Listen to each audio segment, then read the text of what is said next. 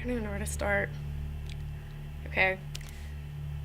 Hi, I'm Ariel, and I was in an abusive relationship and now going through the court process with that, with my ex-boyfriend.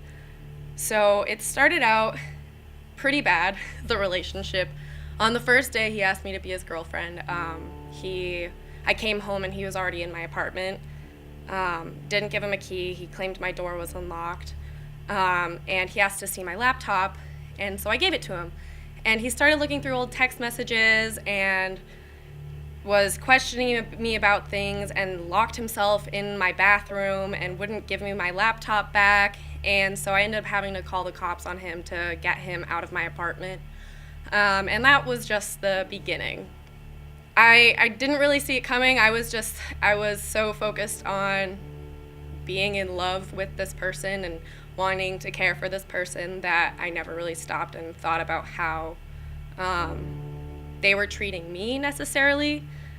I tried to break up with him multiple times because he would call me a slut, he would call me a whore, he would make fun of my body, and he just really tore me down as a person throughout our entire relationship.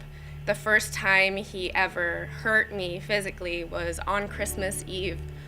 I tried to break up with him because I didn't like the way he was treating me. And so he took my phone when I tried to leave. And so I couldn't leave, and I kept trying to get my phone away from him. And he pinned me down on the bed. And he pinned me down on the bed and threatened to kill me and threatened to kill himself. He tried breaking my legs. He was twisting them. My hips popped. And I tried to get my phone away from him, so I jumped on his back when I was able to get free.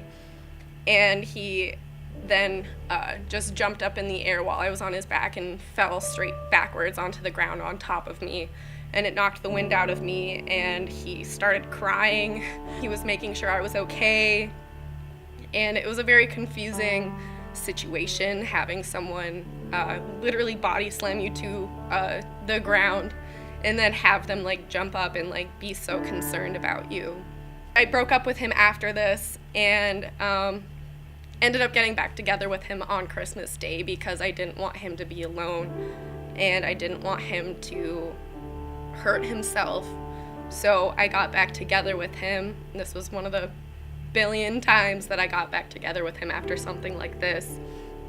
And it didn't get any better. He said he would get better. He said he would never hurt me again, and it only got worse. Another time when I tried leaving, I tried every way to leave. I tried to run out the door. He grabbed me and dragged me back inside the house to the point where I had bruises all over my body. He strangled me 3 times in one night before, to the point where I couldn't breathe. And at one point, I was tapping him because I could not breathe at all, and I was afraid I was going to pass out.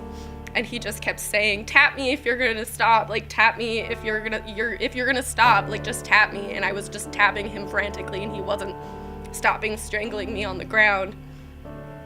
I didn't know what to do. I loved this person.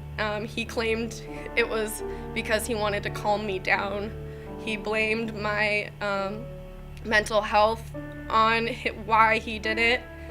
And I would run to my friends after each time, and they would tell me that he shouldn't be treating me this way and I don't deserve this. And I would be on board. I would be on board with them, and I would want to break up with him. But the second I got to being with him, it wasn't that easy. He tore me down throughout our entire relationship, and we were only officially together for 2.5 months. But I was finally able to get free on January 20th. We got into a fight early in the morning, and he wouldn't let me leave again. He grabbed my phone, he would threaten to break my things, and he would strangle me again and again and again. And at one point, like, I had bruises all over my neck, and I had no idea until I was finally able to get free, because he asked if I wanted to go to the bathroom to clean up the blood off my neck that he had caused. And so I took that as an opportunity to run outside into the snow with no shoes on and a tank top and sweats. And he ran out behind me and tackled me onto the ground, and I was yelling for help, and I was able to get away, and I knocked on the neighbor's door, and there was no answer. So I started going down the road, and I tried to call 911 on my phone, but my phone fell, and he was right behind me, and he picked up my phone, and the neighbor came out, and this person is what saved me. I am so lucky that I got out that day. I'm so lucky that this person was there, because other than that, like, I would have been stuck again and again, and I wouldn't have gotten out. So the cops showed up eventually, and he was inside his house. He told the cops on the phone that he was in a car on his way to Fremont with a friend. He even had a friend call in with the cops to make it seem like he was with someone, but I had his location on my phone, so I was able to tell the cops that he was still inside, and they were able to stay there until he came out. And it was just all a matter of luck that day that I got out. I would not have gone out had the cops not gotten involved that day, had that person not have shown up. I would have been strangled over and over again. And afterwards, my friends, they were there for me. I skipped school, I skipped work, I stayed at my friend's house for an entire week because I was afraid, because he lives 4 blocks away from me. My friend had suggested a few months back to do EMDR therapy for PTSD, and that is a big reason why I am doing as well as I am today. It helped me process the events that I had gone through, and therapy and my friends and support is what got me through it. I never thought that I would be in a situation like this. I never thought that someone that I cared so deeply for could hurt me the way that he did. On that last day, I ended up in the ER with a sprained neck because he had strangled me so hard. I just want everyone to know that it didn't happen to me for a reason. There's not a reason why this happened. It can happen to anyone at any time. And there is support out there. There are advocates out there. There are people and therapists and your friends, and there's support out there if you're going through something like this. Finding support was the number one thing afterwards. I surrounded myself with the few friends that I had, and they made sure to check up on me.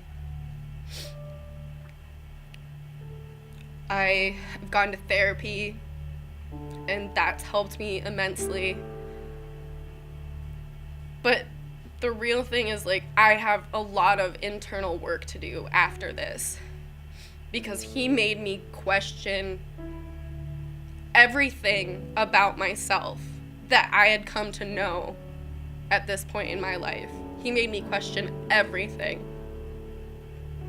I didn't feel like a loving and caring person. I felt like a horrible person who was asking my significant other of too much. He made me feel that I was asking for too much when I asked him to not be mean to me and not to be mean to others. He made me feel bad for feeling the way I did all throughout our relationship. There were times throughout when he would be abusing me. And at one point, I I wanted to die, and I was trying every single way to at least maybe knock myself out so he couldn't strangle me again.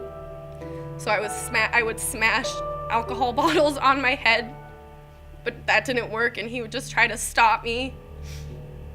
And at one point, after he had gotten done strangling me, I smashed my head on a mirror and took a piece and started cutting myself in front of him. And I had it cut since I was 16 years old. I haven't felt that low since I was 16 years old. I wanted to die because he made me feel like a horrible person. He made me feel like everything was my fault. But it wasn't. Throughout the entire relationship, I did the best I could. I was doing the best I could. I was voicing my opinions. I was finally communicating in a relationship, which I had never done before, only to be met with invalidation the entire time. And I knew it was wrong. I knew the way he treated me wasn't right. But for some reason, I felt stuck there, and that I deserved it, and that I was just a crazy bipolar person who didn't know how to control their emotions. But through therapy, I found out that I'm a person who feels strongly, and I was expressing those emotions in a rational way. And he would turn it around on me and make me seem like a terrible person,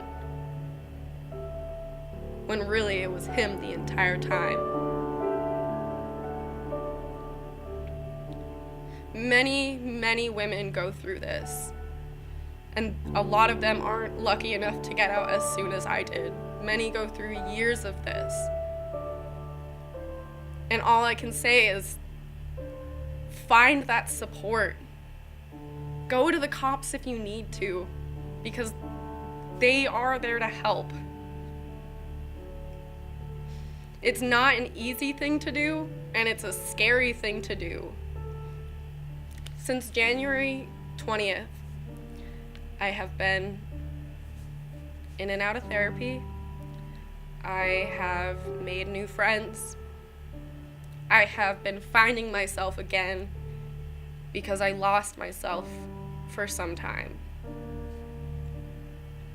He hurt me, but he can't hurt me anymore. He doesn't have control over me anymore.